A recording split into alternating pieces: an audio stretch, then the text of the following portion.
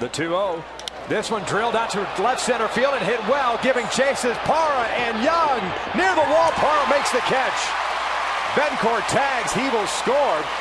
Everyone gets back to their other respective bases. It's a sacrifice fly, and it's 7-4 Diamondbacks. Corey Hart just missed tying this game up. He thought he got it, too. He couldn't believe that ball stayed in the ballpark. The way the ball's been jumping tonight.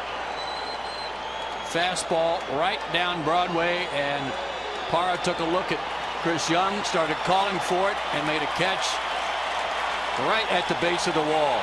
And watch the reaction from Hart.